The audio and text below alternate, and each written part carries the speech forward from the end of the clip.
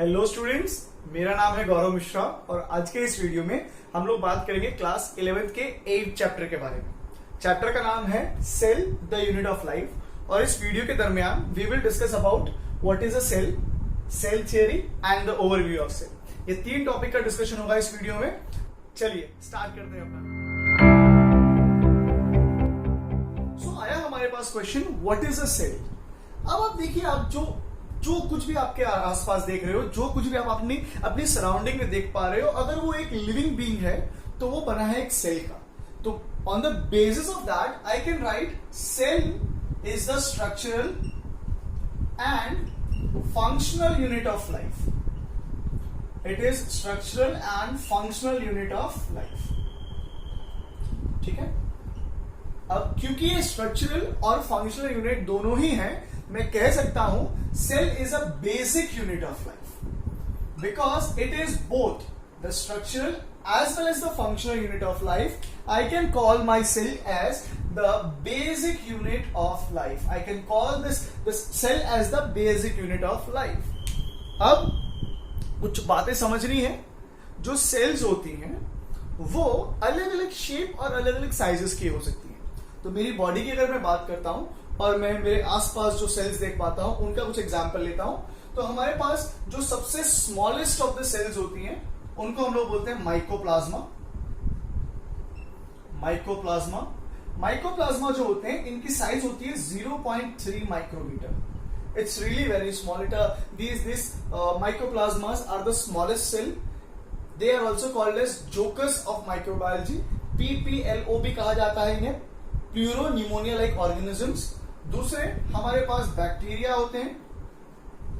जो बैक्टीरिया होते हैं उनकी साइज हो सकती है 3 to 5 micrometre, 3 to 6 micrometre in fact. फिर हम देखते हैं हमारे ब्लड सेल्स। हमारे ब्लड सेल में पर्टिकुलरली बात की जा रही है आरबीसी की। तो जो आरबीसी होती है उसका दूसरा नाम होता है एरिथ्रोसाइट्स। उसकी साइज होती है अप्रोक्सीमेटली 7 माइक्रोमीटर।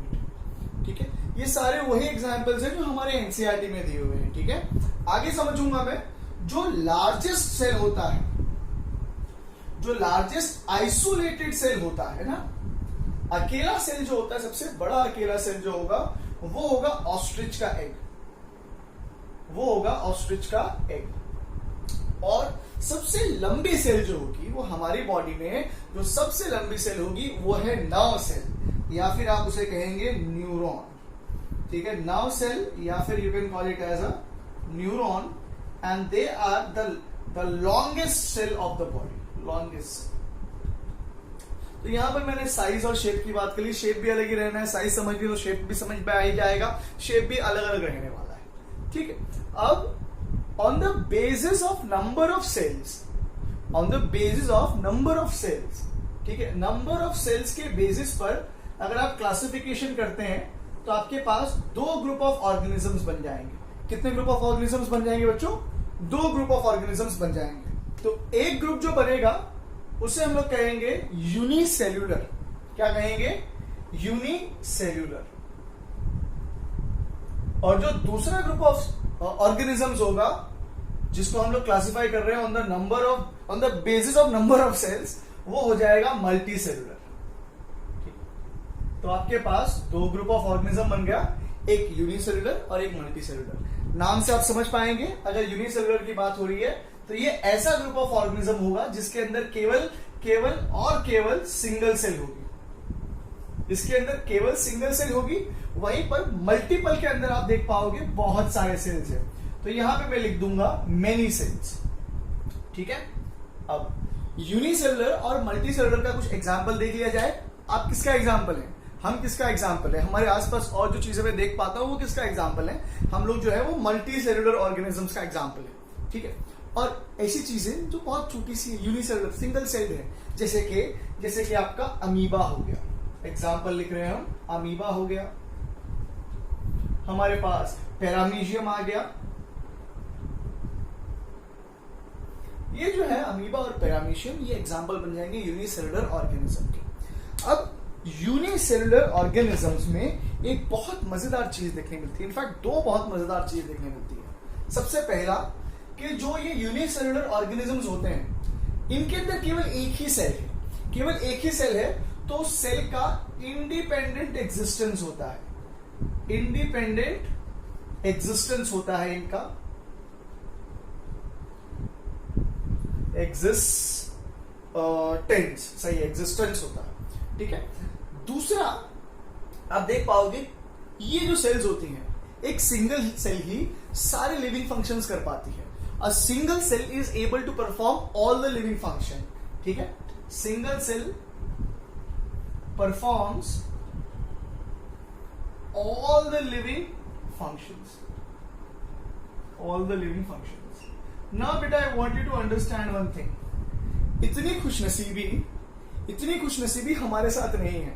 यहाँ पर एक ही बंदा सब कुछ कर ले रहा है, सब कुछ मतलब सब कुछ। तो दिस इज लाइक साउथ का सुपरस्टार, अकेला बंदा है, विलन से लड़ लेगा, हीरोइन के बाप को सेट कर लेगा, हीरोइन को सेट कर लेगा, पूरी पिक्चर चला देगा, वन मैन आर्मी। बट असलियत में ऐसा नहीं होता है, ठीक है। असलियत में मल्टी सेलुलर ऑर्गेनिजम्स की जब आप बात करोगे, है ना, असलियत वहां पर आएगी। हम देखते हैं हमारी बॉडी के अंदर अगर हमें खाना खाना है तो हमारे पास एक डेडिकेटेड डाइजेस्टिव सिस्टम है। अगर मुझे रेस्पिरेशन करना है तो उसके लिए मेरे पास एक डेडिकेटेड रेस्पिरेटरी सिस्टम है। मेरे हार्ट को पंप करना है, उसे ब्लड सप्लाई करना है थ्रू आउट द बॉडी, तो उसके लिए एक डेडिकेटेड सर्कुलेटरी सिस्टम है। तो मैं देख रहा हूं एक मल्टी सेलुलर ऑर्गेनिज्म जो है, उसकी बॉडी बनती है किसकी? उसकी बॉडी बन रही है ऑर्गन सिस्टम की। तो ये जो भी मैंने अभी आपको बताया वो क्या है? ऑर्गन सिस्टम है। और ये ऑर्गन सिस्टम, जब मैं रेस्पिरेटरी सिस्टम की बात करता हूं तो मेरे पास नाक है, नोस्ट्रल्स है, फेरिंग्स है, फिर लैरिंग्स, ट्रकिया, फिर मेरे ब्रोंकाई, लंग्स, ये सब जो है ये क्या है? ऑर्गन्स हैं। और बहुत सारे ऑर्गन्स जुड़ करके कॉन्स्टिट्यूट करते हैं ऑर्गन सिस्टम। तो मेरे पास ऑर्गन सिस्टम जो था वो बना हुआ था ऑर्गन्स का। ऑर्गन किसके बनते हैं बच्चों? जो ऑर्गन है वो बनते हैं टिश्यूज के। ऑर्गन्स किसके बनते हैं? टिश्यूज के बनते हैं। तो टिश्यू क्या होता है?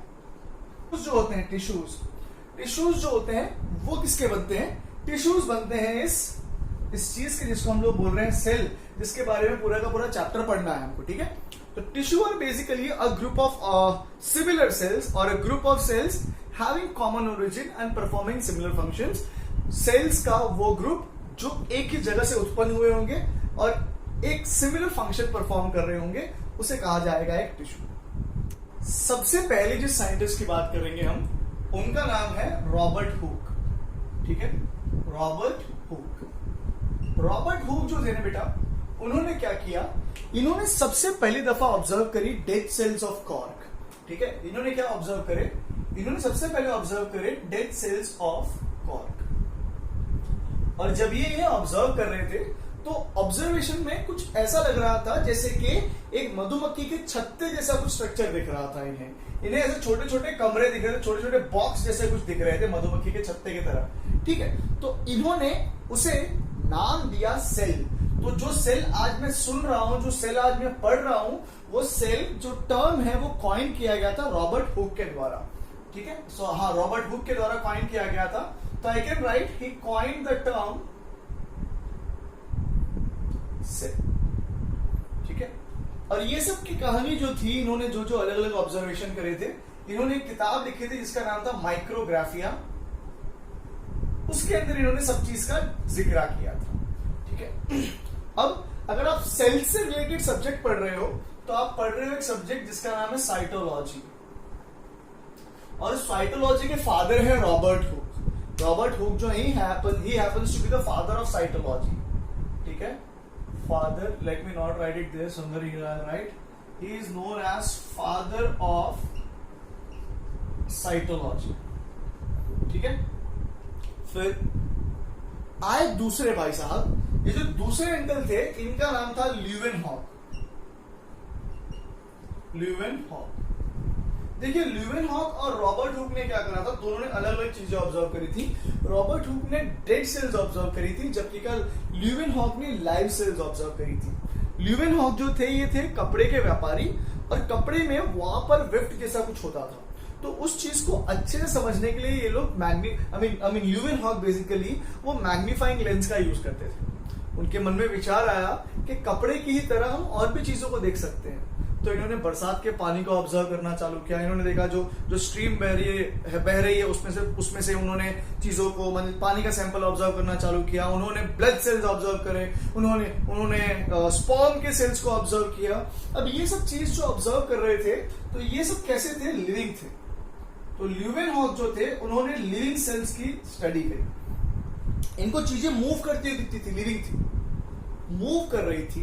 तो उन्होंने, और बहुत छोटी थी, तो इनको क्या लगा वो मॉलिक्यूल है कुछ, ठीक है। छोटे थे, मॉलिक्यूल है। बड़े हैं, छोटे हैं, कैसे है ये सेल कैसे थे? छोटे थे, तो छोटे थे तो मॉलिक्यूल बोल दिया। अब चल फिर पा रहे हैं, चलते हैं, मतलब वो क्या थे? एनिमल। इन दोनों नाम को इन्होंने जोड़ दिया और इन्होंने क्या प्रपोज किया? इन्होंने प्रपोज किया एनिमल क्यूल्स। वो जो चीजें इन्होंने देखी थी लाइव, उनको इन्होंने नाम दिया एनिमल क्यूल्स। और इसी की वजह से ल्यूवेनहॉक को एनिमलक्यूलिस्ट के नाम से भी जाना जाता है। He is also known as animalculist, ठीक है। अब ल्यूवेनहॉक ने एक क्रूड सा माइक्रोस्कोप बनाया था। उस माइक्रोस्कोप की मदद से ये सब चीजों को ऑब्जर्व करते थे। और ल्यूवेनहॉक, क्योंकि he happened to design the first crude or I can say raw microscope, he is referred to as the father of microbiology, क्योंकि एक माइक्रोस्कोप की मदद से एक नया सब्जेक्ट का इंट्रोडक्शन हुआ, माइक्रोब्स की स्टडी चालू हुई बेटा, ठीक है। तो ये Leeuwenhoek happens to be the father of microbiology। फिर आए हमारे पास तीसरे वैज्ञानिक जिनका नाम था रॉबर्ट ब्राउन।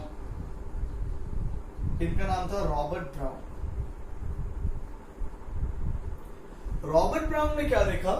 इन्होंने देखा कि जो सेल होती है उसके बीच में आसपास में कुछ डेंस रीजन होता है जहां पे जेनेटिक मटेरियल लोकलाइज होता है। इन्होंने उस चीज को नाम दिया न्यूक्लियस। इन्होंने सबसे पहले क्या किया था? न्यूक्लियस को ऑब्जर्व किया था। तो ऑब्जर्व एंड नेम्ड न्यूक्लियस, ठीक है। ये तीन जने जो थे ये बहुत काम के थे। इन्होंने जो सब्जेक्ट है साइटोलॉजी की उसकी फाउंडेशन रखी थी। सेल का इंट्रोडक्शन हुआ इनके द्वारा, न्यूक्लियस की डिस्कवरी हुई इनके द्वारा। अब आई बहुत फंडामेंटल चीज जो मैंने आपको पहले बताई। Cell is the structural and functional unit of life. Cell जो है वो सभी ऑर्गेनिजम्स को बनाती है। वो पॉइंट किसने बोला? वो आता है सेल थियरी में, जिसको प्रपोज किया था शिल्डन और स्वान ने। अगर सेल थियरी की बात करते हैं तो जो सेल थियरी थी वो प्रपोज की गई थी मैथियस शिल्डन के द्वारा और थियोडोर श्वान के द्वारा। जो शिल्डन थे he happened to be a botanist, वहीं पर जो श्वान थे he happened to be a zoologist, ठीक है। जो श्वान थे वो प्लांट्स पर ऑब्जर्व कर रहे थे and he observed a large number of plants only to figure out that all those plants were made up of tissues. इनकी ऑब्जर्वेशन ने ये बताया कि जितने भी प्लांट्स हैं वो किसके बने हैं? अलग अलग टिश्यूज के बने हैं। और ये जो टिश्यूज थे, अलग अलग टिश्यूज बने थे डिफरेंट टाइप्स ऑफ सेल्स के। शिल्डन का ऑब्जर्वेशन था that by studying the large number of plants that all the plants are made up of different types of tissues which are made up of different types of cells, leading to establishment that cells make up plant। बहुत सारे sales जुड़ करके plants बनाते हैं। फिर आए हमारे पास zoologist Theodore श्वान। श्वान ने क्या देखा? इन्होंने देखा कि जो सेल्स हैं एनिमल की, बेसिकली जो एनिमल की बॉडी है वो भी सेल की बनी है। और इस सेल के आउटर मेम्ब्रेन पर, आउटर में इसके जो आउटर हिस्सा होता है, एकदम एक्सट्रीम एंड होता है, वहां पर आउटर थिन लेयर होता है, एक थिन लेयर होता है। और इस थिन लेयर को आगे जाकर के प्रेजेंट टाइम्स में आज हम जानते हैं इसे प्लाज्मा मेम्ब्रेन के नाम से। We know this by the name of plasma membrane these days, ठीक है। अब इन्होंने ये भी फाइंड आउट किया कि जो प्लांट की सेल्स थी उनमें इस आउटर थिन लेयर के अलावा एक और प्रोटेक्टिव लेयर था जिसको सेल वॉल के नाम से जाना जाता है, ठीक है। तो what did he find? That in animal cell खाली एक सिंगल थिन लेयर होता है, वन थिन लेयर होता है। और इन प्लांट सेल इस थिन लेयर के अलावा एक दूसरा लेयर होता है जिसको बोलते हैं सेल वॉल। तो इन्होंने ये चीज को डिस्कस कर लिया था, बता दिया था लोगों को। Thin layer, just a minute, या thin layer plus cell wall, ठीक है। तो इस ऑब्जर्वेशन को और इस शील्डिंग के ऑब्जर्वेशन को मिला करके स्वान ने प्रपोज करी सेल थियरी, और सेल थियरी का स्टेटमेंट क्या था? ऑल द ऑर्गेनिजम्स, ठीक है, ऑल द ऑर्गेनिजम्स, चाहे वो एक प्लांट हो, चाहे वो एक एनिमल हो या एक माइक्रोब, ठीक है, all the animals, that is a plant, animal या फिर माइक्रोब्स, ये सब किसके बनते हैं? सेल्स के बनते हैं। Are made up of cells and their products, ठीक है। ऑल द एनिमल्स, माइक्रोब्स हो, प्लांट्स हो या एनिमल हो, सभी के सब किसके बनते हैं? सेल्स या उनके पदार्थ, उनके प्रोडक्ट के बनते हैं। यहां तक सब कुछ स्मूथली चल रहा था। फिर आपके जैसे कुछ महान इंटेलिजेंट लोग थे, है ना, उन्होंने इनको सवाल पूछा, सर आप बोल रहे हो कि जितने भी प्लांट और जितने भी एनिमल्स हैं ये सब सेल्स के बनते हैं, ये सेल आए कहां से? ये सवाल सुनते ही इनके दिमाग की जो थी घंटियां बजने लग गई कि यार ये तो हमने सोचा ही नहीं, सेल आए कहां से। तो इसको समझाने के लिए एक तीसरे भाई साहब आया। तो जो तीसरे भाई साहब थे उनका नाम था क्या? रुडोल्फ वर्चोव। रुडोल्फ वर्चोव ने क्या बोला? इन्होंने एक्सप्लेनेशन दिया कि वो जो सेल्स आए कहां से, वो जो सेल का आप सवाल पूछ रहे थे कि सेल कहां से आए, उसका एक्सप्लेनेशन दिया इन्होंने क्या बोला? ओमनिस सेल्यूला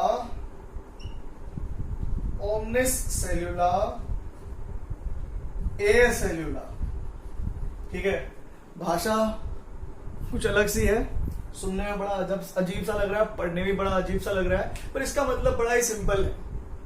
ओमनिस सेल्यूला, जितने भी सेल हैं, ए सेल्यूला, किसी सेल में से आए हैं। All the cells arise from pre existing cell, हमारी धरती पर जितने भी सेल हैं वो सब किसी न किसी पुरानी सेल में से ही आए हैं। तो वो बन गया हमारा सेकेंड पॉइंट सेल थ्योरी का। All the cells arise from what type of cell? Pre existing cells. चलिए यहां पे अपनी सेल थ्योरी भी खत्म हो गई। बेटा साथ साथ में लिखते भी जाना है, ठीक है ना, मैं बार बार इंसिस्ट कर रहा हूं, साथ साथ में लिखते जाइए। तो अभी आपने क्या देखा? आपने आपकी सेल थ्योरी फिनिश कर ली, ठीक है। अब बढ़ रहे हमारे लास्ट टॉपिक की ओर, जिसका नाम है overview of cell. Now students, overview of cell की अगर बात करते हैं तो एक सेल के अंदर आपको 3 मेजर कंपोनेंट देखने मिल जाते हैं। एक उसका आउटर एनवेलोप, ये जो बाहर की तरफ होता है वो, जो उसे उसके आउटर एनवायरमेंट से इंटरनल एनवायरमेंट को सेपरेट करके रखता है, एक बैरियर की तरह होता है। दूसरा एक जेनेटिक मटेरियल हो सकता है, और तीसरा जो होता है वो होता है साइटोप्लाज्म। तो आप इस इमेज में एक रॉ सा, एक क्रूड सा सेल, प्लांट सेल बनाने की कोशिश की है अपने ने, तो उसकी मदद से अपने इन तीनों चीजों को समझने की कोशिश करेंगे, ठीक है। तो सबसे पहले मैं बात करूंगा इस आउटर एनवेलोप की।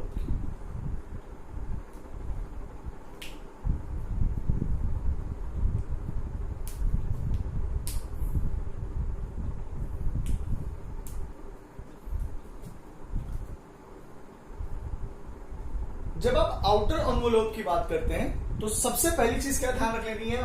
हमने किसकी बात कर लेनी है? हमको बात कर लेनी है श्वान वाली बात कर लेनी है। क्या कि जो एनिमल सेल्स होते हैं या जो प्लांट सेल्स होते हैं उनके अंदर एक आउटर कवरिंग होती है जिसका नाम होता है सेल मेम्ब्रेन। तो ये जो आउटर एनवेलोप की हमें बात हो रही है वो किसकी बात की जा रही है? प्रेजेंटली सेल मेम्ब्रेन की बात की जा रही है। तो जो सेल मेम्ब्रेन होती है वो क्या करती है? सेल मेम्ब्रेन जो है वो आइसोलेट कर देती है सेल के इंटरनल एनवायरमेंट को बाहर के एनवायरमेंट से। तो I can write it isolates the internal environment of cell from exterior, ठीक है, एक्सटीरियर के माहौल से बचाने का काम करती है, ठीक है ना। अब देखो ये जो सेल मेम्ब्रेन है चीजों से बचा तो रही है, उसी के साथ साथ एक और काम करती है। क्या? अगर मानो बाहर कुछ काम की चीज दिखी इसको, कुछ आयंस बाहर काम के दिखे तो उसको अंदर ले सकती है। उसी तरीके से अगर अंदर कुछ काम की चीज ना दिखी, कुछ फालतू की चीज दिखी, कुछ एक्स्ट्रा चीज दिखी, तो उसको बाहर भी निकाल सकती है। इसका मतलब क्या है, मेरी जो प्लाज्मा मेम्ब्रेन है वो कंट्रोल कर रही है चीजों के मूवमेंट को। It will control the movement of substance across the cell. ठीक है, तो we can write that one point also here. Controls the movement of substances across cell,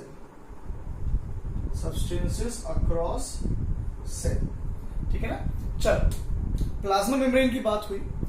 plasma membrane के अलावा मैं देखता हूं कुछ सेल्स के ऊपर, पर्टिकुलरली प्लांट सेल के ऊपर एक और हार्ड कवरिंग होती है जिसको हम लोग बोलते हैं सेल वॉल।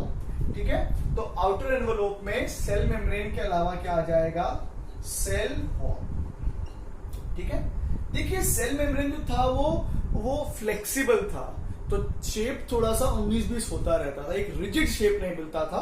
बट ये जो सेल वॉल है ये बहुत हार्ड होती है, जिसकी वजह से एक फिक्स्ड शेप मिल जाता है, रिजिड होती है। ठीक है, तो सेल वॉल कैसी होती है, क्योंकि ये रिजिड है और हार्ड है, इसकी वजह से हम क्या देखते हैं, it offers fixed shape to a plant cell. ठीक है, अब आपको ये पता होना चाहिए कि आपके जो अलग अलग सेल्स होंगे उनकी सेल वॉल अलग अलग कंपोनेंट की बनती है। तो अगर मैं प्लांट सेल की बात करता हूं तो आप बता पाएंगे कि उसकी सेल वॉल किसकी बनती है। अगर मैं फंजाई की बात करता हूं तो आप बता पाएंगे उसकी सेल वॉल किसकी बनती है ना। तो प्लांट जो होता है उसकी सेल वॉल बनती है किसकी बच्चों, वो बनती है सेल्यूलोज की, और जो फंजाई होती है उसकी बनती है सेल वॉल किसकी, काइटिन की। ठीक है, काइटिन मेजर कंपोनेंट होता है, राइट। इसके अलावा माइक्रोब्स जो होते हैं, जो बैक्टीरिया वगैरह होते हैं, उनके ऊपर एक और पॉलीसेकेराइड का लेयर होता है, पॉलीसेकेराइड का, जिसको हम लोग बोलते हैं कैप्सूल। ठीक है, कैप्सूल बोल सकते हैं उसको हम। वो कैप्सूल जो है वो क्या करेगा, वो इसको एडिशनल प्रोटेक्शन ऑफर करता है। ठीक है, तो आप खाली उसके बारे में लिख लीजिएगा कि कैप्सूल होते हैं यहां पर, है ना। इसको स्लाइम के द्वारा से जानते हैं हम, स्लाइम जैसा कुछ होता है जो उसको क्या करेगा ना, स्टिकी बना देगा, मतलब वाटर की जो मूवमेंट है उसको रेस्ट्रिक्ट कर देगा बेसिकली कुछ। ठीक है, तो ये जो हमने बात की हमने आउटर मेम्ब्रेन की बात की। आगे बढ़ रहा हूं और बताता हूं जेनेटिक मटेरियल। देखो जो ऑर्गेनिजम्स हैं, जो ये सब ऑर्गेनिजम्स रहेंगे, उनकी सेल के अंदर जेनेटिक मटेरियल मोस्टली तो डीएनए ही होता है। बट कभी कभार कुछ वायरसेस के अंदर जेनेटिक मटेरियल आरएनए के तौर पर होता है, और ऐसे वायरसेस को हम बोलते हैं रेट्रोवायरस। तो एड्स का जो वायरस है HIV, that is a retrovirus. चलिए डीएनए पे आता हूं। अब डीएनए का पहले तो फुल फॉर्म लिख लीजिए, क्या होता है डीएनए का full form, deoxy ribo nucleic acid. अब ये डीऑक्सी राइबो न्यूक्लिक एसिड जो है किसी भी सेल के अंदर एक पर्टिकुलर तरीके से अरेंज होती है, एक फिक्स तरीके से अरेंज होती है। तो आप देखते हो क्या, इस डीएनए के अरेंजमेंट के बेसिस पर आप किसी भी सेल को दो भाग में क्लासिफाई कर सकते हो, या तो एक प्रोकैरियोटिक सेल में या फिर एक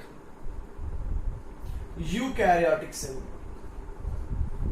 ठीक है, नोट्स बनाते जाना है बेटा, लोगों नोट्स बनाते जाना है। ठीक है, प्रोकैरियोटिक सेल जब आप देखोगे तो इनके अंदर बच्चों क्या होता है कि अगर ये मेरा एक बैक्टीरियल सेल था, ठीक है, प्रोकैरियोटिक सेल था, इसके अंदर मैं देखूंगा कि जो जेनेटिक मटेरियल है वो किसी भी रैंडम तरीके से बिखरा हुआ रहता है, एक वेल ऑर्गेनाइज्ड डीएनए नहीं देखने मिलता है मुझे। ना ही मुझे यहां पर इसके ऊपर एक प्रोटेक्टिव कवरिंग देखने मिलती है जो जेनेटिक मटेरियल को बचाती हो, तो वो ना दिख रही है, ना मुझे यहाँ पर डीएनए जो था वो बहुत अच्छे तरीके से अरेंज होता हुआ दिख रहा था।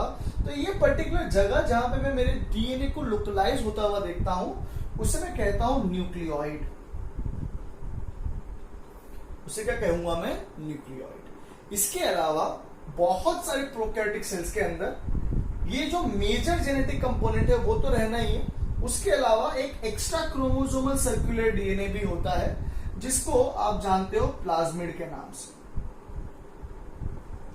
अब प्लाज्मिड क्या है ना, plasmid extra chromosomal circular DNA है जो किसी भी प्रोकैरियोटिक सेल को जनरली दो प्रॉपर्टी इंपार्ट कर सकता है, जिसमें से पहला है क्या, पैथोजेनेसिटी। पैथोजेनेसिटी का मतलब क्या है, अगर ये एबिलिटी हमारे बैक्टीरिया को मिली तो हमारा बैक्टीरिया हमको बीमार कर सकता है, मार भी सकता है।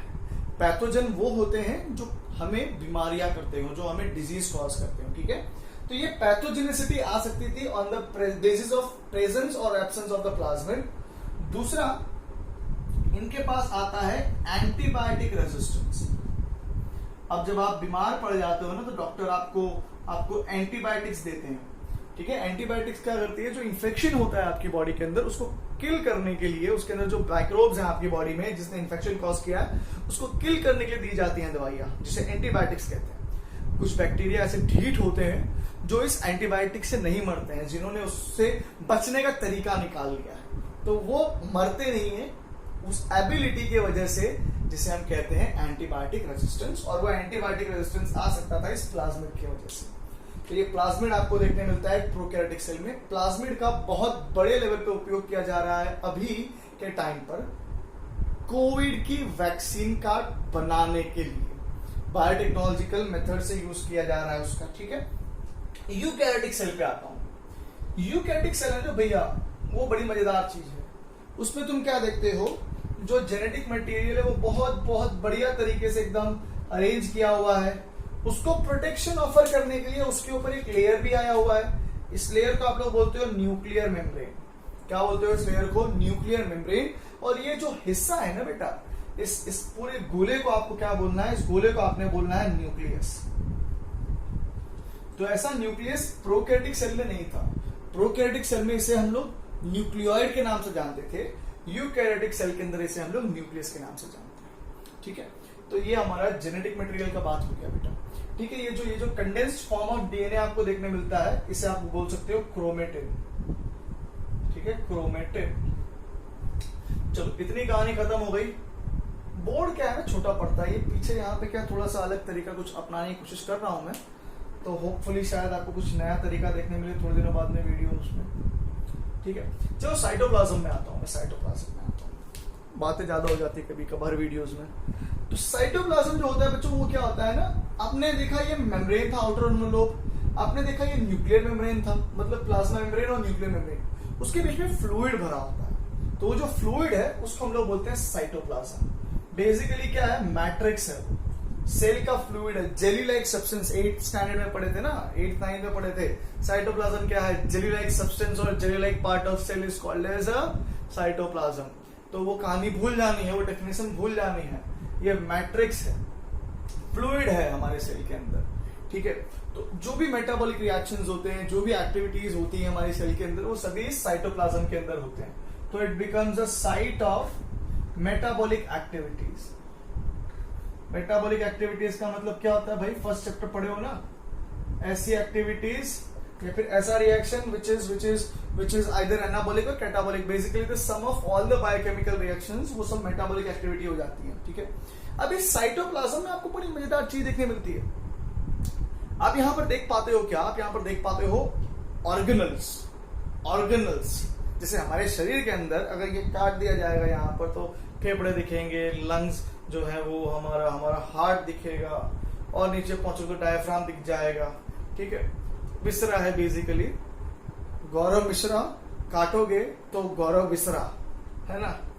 तो वैसे ही जैसे मेरी बॉडी के अंदर ऑर्गन है, मेरी सेल के अंदर ऑर्गेनल्स हैं। ऑर्गेनल्स जो है वो अलग अलग फंक्शंस कैरी आउट करते हैं, जिसके बारे में आगे जो आने वाली वीडियोस उनमें डिस्कशन किया जाएगा। But for time being I want you to understand कि ये जो ऑर्गेनल्स होते हैं वो हो सकते हैं मेम्ब्रेनलेस। बेटा ये जो मैं बता रहा हूँ ये काम का है, इसमें से क्वेश्चन बने हुए हैं। तो इस दफा क्या होगा कि अब से चैप्टर जो है आपके पूरे कंप्लीट कराए जाएंगे, और चैप्टर वाइज आपका जो सिलेबस है वो लेसन वाइज खत्म किया जाएगा। पूरे 11th का और पूरे 12th का सिलेबस खत्म करने का अपना प्रयास रहेगा आपसे। मेम्ब्रेनलेस ऑर्गेनल्स हैं। मेम्ब्रेनलेस ऑर्गेनल्स के अंदर क्या आएगा बच्चों? मेम्ब्रेनलेस ऑर्गेनल्स जो होंगे उसके अंदर आएंगे हमारे राइबोसोम्स। कुछ ऑर्गेनल हैं जिसका नाम है ribosome, it is a membraneless organelle. उसके अलावा हमारे पास आते हैं सेंट्रियोल्स, जो कि का एक और मेम्ब्रेनलेस ऑर्गेनल है। जो राइबोसोम है it is involve in the synthesis of protein, और जो सेंट्रियोल है वो मदद करता है हमारी सेल को डिवाइड होने में।